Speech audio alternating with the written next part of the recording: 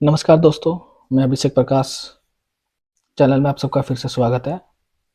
दोस्तों, हमने पिछली वीडियो में पढ़ा था और जाना था कि how to register an FIR after refusal of the police.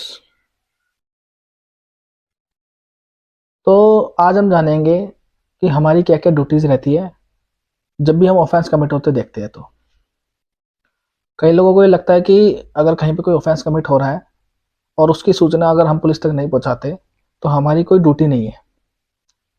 हम किसी लीगल लॉ के अंदर या फिर किसी भी लीगल के दायरे के अंदर नहीं आ रहे हैं, किसी भी लॉ के दायरे के अंदर नहीं आ रहे हैं। तो ऐसा नहीं है। अगर हम किसी भी जगह पे खड़े हैं तो ही लॉ हमें प्रोटेक्ट कर रहा है हर चीज़ के लिए। जब हमें लॉ प्रोटेक्ट कर सकता है तो लॉ हमें ड्यूटी भी दे सकता है।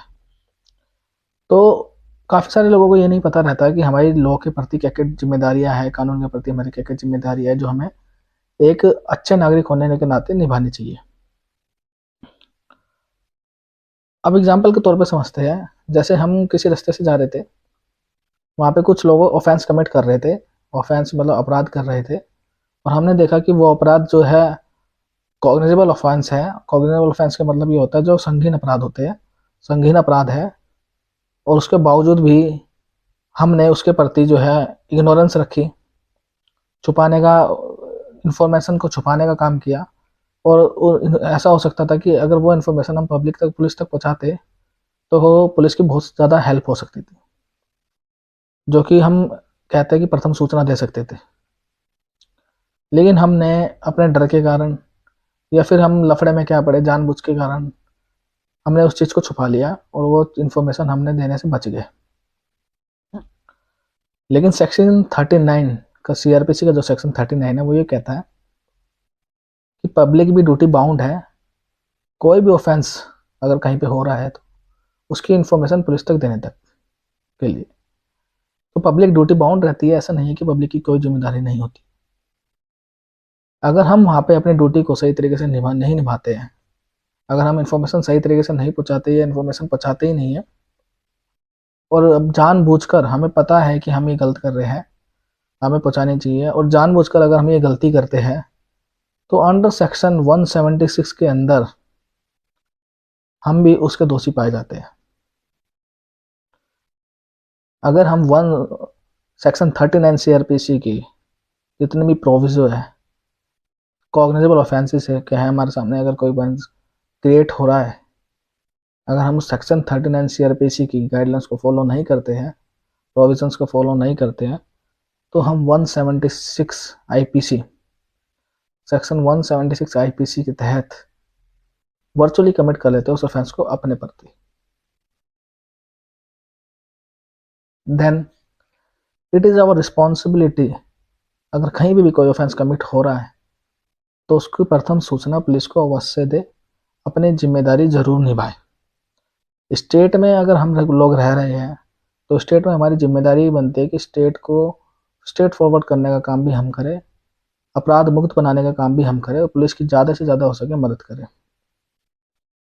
अब दूसरी बात पर आते हैं हम लोग कि हम एफआईआर तो लॉन्च करा देते हैं, लेकिन हमारी एफआईआर मजिस्ट्रेट तक किन किन हालतों में पहुंचती है, कब कब पहुंचती है। एक तो सिंपली आप देखते होंगे कि अगर कोई भी कॉग्निजेबल ऑफेंस कमिट हुआ है, उसकी कंप्लेंट भी हो तो भी मजिस्ट्रेट तक पहुंच सकती है। या तो कोई भी सूचना हम जो दे रहे हैं और वो जो रिकॉर्ड कर रहे हैं पुलिस वाले, वो सेक्शन 154 के तहत रिकॉर्ड कर रहे हैं तो वो मजिस्ट्रेट तक जाएगी। थर्डली 157 की जो रिपोर्ट होगी वो मजिस्ट्रेट तक जाएगी। सेक्शन 157 सीआरपीसी की रिपोर्ट होगी वो भी मजिस्ट्रेट तक जाएगी। और आप लोगों को ये ध्यान रखना है कि जो भी ऑफेंस जो कमिट होता है आप देख रहे हो, उसकी सूचना आप टेलीफोनिक पे भी दे सकते हो, किसी मैसेंजर के थ्रू भी दे सकते हो। और हमें ये ध्यान रखना है कि उसको एंटरटेन करने वाला ऑफिसर इंचार्ज हो पुलिस स्टेशन का, कोई कांस्टेबल ना हो। कांस्टेबल के अंडर ये जिम्मेदारी आती नहीं है। तीसरा, हम लोगों को ये ध्यान रखना है कि जब भी हम एफआईआर को रिकॉर्डेड करवाते हैं तो ये हमारी प्रथम जिम्मेदारी है कि हम उस एफआईआर को साइन जरूर करें। कई केसेस में ऐसा होता है कि इन्फॉर्मेंट साइन करने से मना कर देते हैं, तो वो ये समझते हैं कि हमने इन्फॉर्मेशन तो दे दी, लेकिन ये एडमिसिबल होगी या नहीं होगी।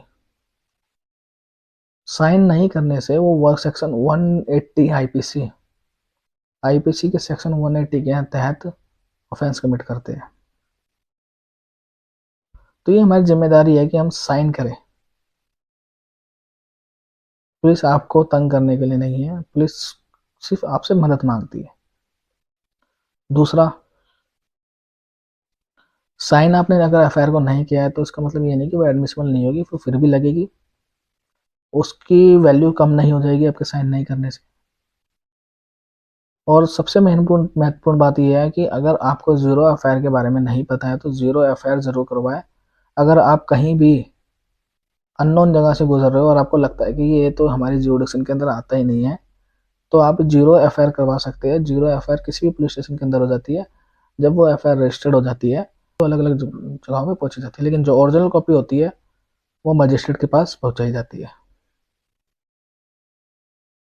जो भी उसका कंसर्न पुलिस स्टेशन होता है या कंसर्न मजिस्ट्रेट होता है उनको वो ट्रांसफर कर दी जाती है। तो जीरो जो एफआईआर होती है वो कहीं पे भी कहीं भी किसी भी पुलिस स्टेशन के अंदर रजिस्टर्ड हो जाती है। दूसरा, ज़्यादातर आपने देखा होगा फ्री ऑफ कॉस्ट, तो आप मैंने आपको पहले ही बता दिया था कि फ्री ऑफ कॉस्ट जो है वो कॉपी आपको मिलेगी। लेकिन इसके अलावा भी यूजुअली 4 से 6 कॉपी जो है पुलिस स्टेशन के अंदर तैयार की जाती है, जो कहीं अलग अलग जगहों पे पहुंचाई जाती है। जैसे ऑफिसर इंचार्ज जो होता है वो एक कॉपी रखते हैं, एक कॉपी आपको फ्री ऑफ कॉस्ट दे दी जाती है। सुपरिंटेंडेंट ऑफ पुलिस के पास पहुंचाई जाती है, मजिस्ट्रेट के पास जाती है, डिविजनल कमिश्नर के पास जाती है। तो 4 से 6 कॉपी एफआईआर की होती है जो अलग अलग जगहों पे पहुंची जाती है, लेकिन जो ओरिजिनल कॉपी होती है वो मजिस्ट्रेट के पास पहुंचाई जाती है। तो आज हमने डिस्कस किया कि हमारी क्या क्या जिम्मेदारी रहती है। हमको ऐसा लगता है जैसे कि लो हमें नहीं देख रहा है, लेकिन हम हमेशा लो के दायरे के अंदर ही रहते हैं, हम ड्यूटी बाउंड रहते हैं लो के प्रति। तो हमने आज ये जाना कि हम अपने हमारी क्या क्या जिम्मेदारियां हैं अगर हम कहीं भी कोई इंसिडेंट होते हुए देखते हैं तो ये एफआईआर का कुछ मेन पॉइंट्स आपको बता रहे हैं, जिससे हमें ये लगे कि हम हमारी भी जिम्मेदारी कुछ बनती है किसी भी इंसिडेंट को लेकर। नेक्स्ट वीडियो में हम देखेंगे कि dispatch and delaying in FIR. ये जब डिले होती है एफआईआर तो उसकी क्रेडिबिलिटी होती है वो कितनी रह जाती है, उसके जो फैक्ट्स रहते हैं वो कितने रह जाते हैं, किस हिसाब से वो फिर एक्ट करती है। तो हम ये सब कुछ जो है नेक्स्ट वीडियो के अंदर देखेंगे। तब तक के लिए धन्यवाद।